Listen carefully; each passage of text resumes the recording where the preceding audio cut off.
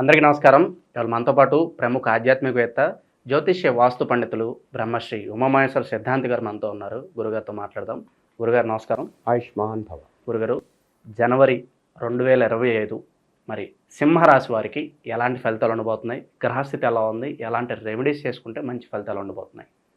సర్వమంగళ మాంగళ్యే శివే సర్వార్థ సాధకే శరణ్యే త్రయంబకీ దేవి నారాయణీ నమోస్తుతే. ఓం ఘం గణపతియే నమః. ఓం శ్రీ గురుభ్యో నమః. ఉత్తరాషాఢ నక్షత్రం వ్యాగుత యోగము బాలవకరణము. ఈ తిథివార నక్షత్ర యోగ కరణాలని అనుసరించుకుని ఆ తదుపరి గోచారములో ఉన్న గ్రహ సంచారాన్ని తీసుకుంటే వృషభ రాశి యందు గురుగ్రహము సంచారం, కర్కాటకము యందు కుజుడు, కన్యారాశి యందు కేతువు, అలాగే వృశ్చిక రాశి యందు బుధుడు, ధనురాశి యందు రవిచంద్రులు, కుంభరాశి యందు శుక్ర శనులు, మీనరాశి యందు రాహువు సంచారం చేస్తున్నారు. తిథివార నక్షత్ర యోగకరణాలను అనుసరించి ఈ యొక్క గ్రహ సంచారాన్ని అనుసరించి సింహరాశి వారికి ఈ యొక్క మాసములో ఎలా ఉంది?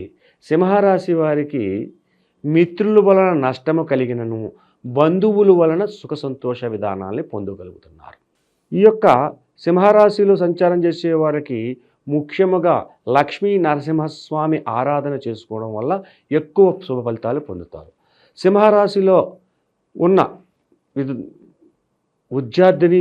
విద్యార్థులు ముందుగా తీసుకోవాలి. శని శుక్రులు సంచారం జరుగుతుంది. శని శుక్రులు సంచారం జరుగుతూ ఉండగా వాహన భాగ్యాధిపత్యాన్ని వహించిన కుజుడు సింహరాశికి మిత్రుడై ఉండి నీచస్థానంలో ఉన్నందువల్ల యోగదాయకమైన ప్రేమ వ్యవహారాల్లో వెళ్ళిన వాళ్ళు, ఇంతకీ చెప్పవలసింది ఇది. ప్రేమ వ్యవహారాల్లో ఉన్నవాళ్ళు ఏమనుకుంటున్నారంటే, అబ్బా మేము ప్రేమించుకున్నాము, పెద్దల పెళ్ళికి ఒప్పుకున్నారు, మనం కూడా వివాహం జరిగిపోతుంది అనుకుంటారు. కానీ జరగదు. ప్రేమ విఫలం అవుతుంది. బ్యాడ్ న్యూస్ అయితే బ్యాడ్ అవుతుంది. ప్రేమ విఫలం అవుతుంది. సింహరాశిలో ఉన్న ప్రేమికులు ఎవరైతే ఉన్నారో వాళ్ళు నిరుత్సాహపడనవసరం లేదు. ప్రేమ విఫలమైందని చెప్పేసి బాధను పడక్కర్లేదు. ఎందుకంటే ఈ యొక్క సింహరాశి వారు ఈ మాసముల్లో నెక్స్ట్ ఉగాది లోపులోని వచ్చే ఉగాది ఉంది ఎదరా, ఆ ఉగాది లోపులో వరకు కూడా ప్రేమ వివాహాలు ఫలించవు, నష్టాన్ని పొందుతారు. బాధపడినా పర్లేదు, సూసైడ్లు గట్రా చేసుకో, అది లేనిపోని పనులు చేసుకుంటారు. అయితే ఇంత గట్టిగా నొక్కి చెప్పవలసిన పరిస్థితి ఉంది. ఎందుకంటే ఈ ప్రేమ వివాహాలు చేసుకున్న వాళ్ళు ప్రేమ విఫలమయ్యి తర్వాత వివాహం చేసుకున్నవారు మళ్ళీ విడిపోతున్నారు. దగ్గరగా కలిసి ఉంటున్నారు అంటే ప్రేమకి మనం వ్యతిరేకం కాదు. నేను మంచిగా చెప్తాను, ప్రేమించుకున్న వాళ్ళు మంచిగా ఉండాలనుకుంటాం. కానీ విడిపోతున్నారని తెలిసినప్పుడు ఎందుకు? కొంచెం జాగ్రత్త వహించుకోవాలి. అలాగే ఉద్యోగ రంగంలో ఉన్నవారు ఈ యొక్క మాసము యందు ప్రయత్నాలు చేయండి. మీకు ఫిబ్రవరి నెలలో కల్లా ఉద్యోగ రంగంలోకి వెళ్తారు. ఆరోగ్య విషయం గురించి ఆలోచించుకోవాలి. ఈ యొక్క రాశిలో స్త్రీ పురుషాదులు అందరికీ కూడా ఆరోగ్య విషయంలో చాలా జాగ్రత్తను వహించండి.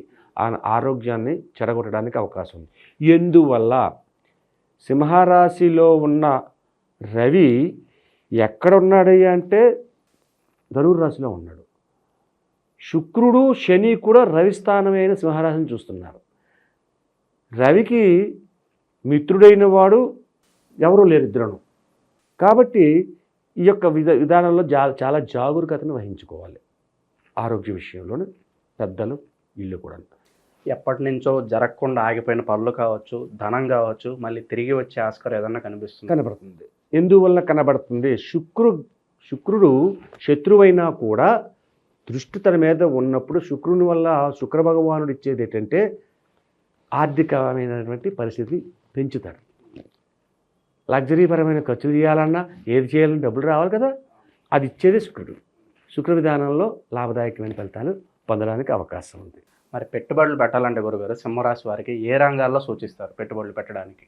సింహరాశి వారికి పెట్టుబడి పెట్టాలి అంటే భూముల మీద పెట్టండి, రియల్ ఎస్టేట్ చేయండి, చాలా లాభదాయకమైన ఫలితాలు పొందుతారు. ఇన్వెస్ట్మెంట్ బాగా పెట్టచ్చు, ఇన్వెస్ట్మెంట్ చేయొచ్చు. ఆ తర్వాత ముఖ్యంగా సింహరాశి వారు చేయవలసింది ఏంటంటే కలపకు సంబంధించి చేయండి.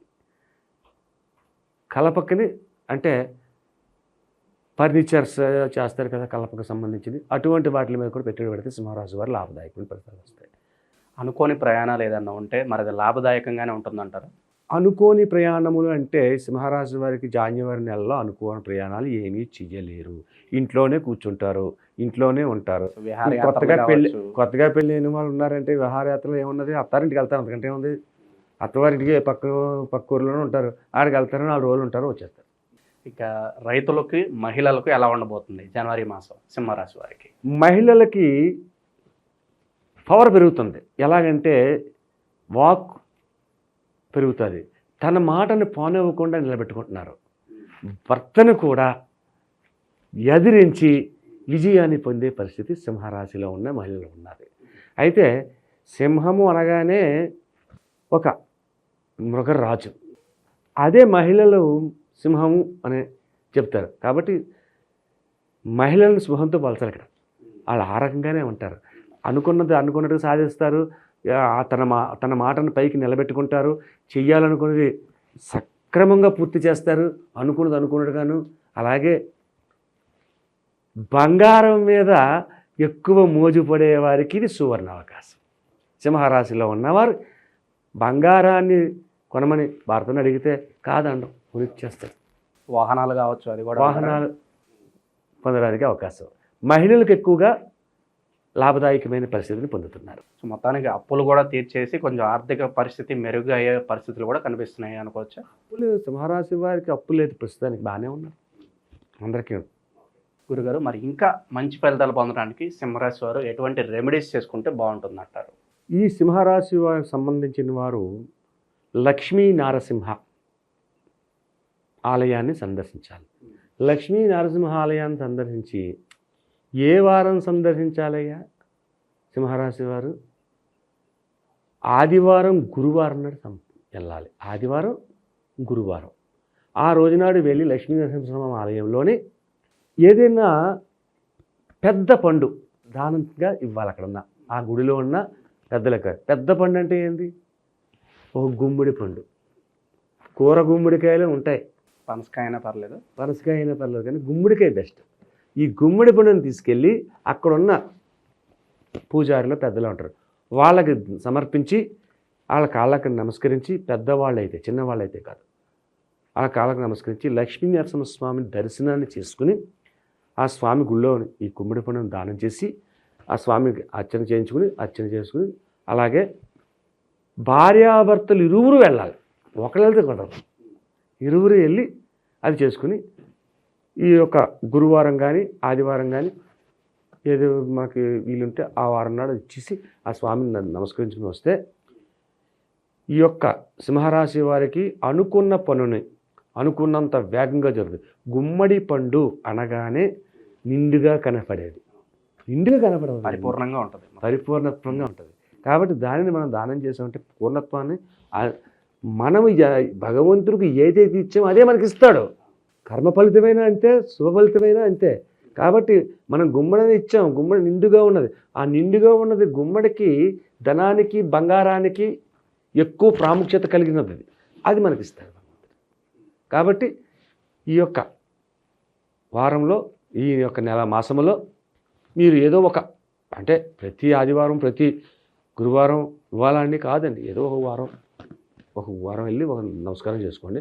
లక్ష్మీ నరసింహస్వామిని రోజు నమస్కరించుకొని ఇంట్లో పటాన్ని పెట్టి పూజించండి. మేము ఆ గుడికి వెళ్ళలేము అండి అనుకున్న వారికి ఇంకేదన్నా రెమెడీ ఏదన్నా ఉందా? గుడికి వెళ్ళలేము అన్నవారు ఎవరు ఉంటారండి? ఎవరు ఉండరు. అలా గుడికి అన్నది మనం కాశీ వెళ్ళి దర్శనం చేసుకోవాలంటే కష్టం. గుడి అన్నది మన గ్రామంలో ప్రతి చోట, ప్రతి వీధిలో ఒక రామాలయం ఉంటుంది. ప్రతి వీధిలో రామాలయం ఉంటుంది.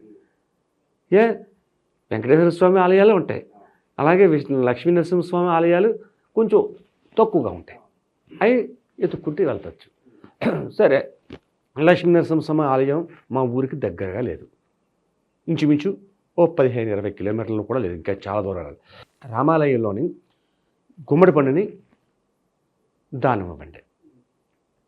గుమ్మడి పండు అంటే ఇంత పెద్ద గుమ్మడిగా ఇవ్వక్కలేదు, ఆ మాత్రం సైజు గుమ్మడికి ఇస్తే మంచిది. రామాలయంలో చేయండి.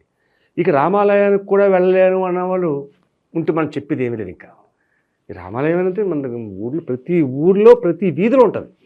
ఒక రామాలయం. కాబట్టి అలా చేసుకుంటే జనవరి మాసంలో సింహరాశి వారికి ఎలాంటి ఫలితాలు ఉంటాయి, అలాగే మీరు చేసుకోవాల్సిన పరిహారాలు తెలియజేసినందుకు ధన్యవాదాలు గురు. ఆయుష్మాన్ భవ.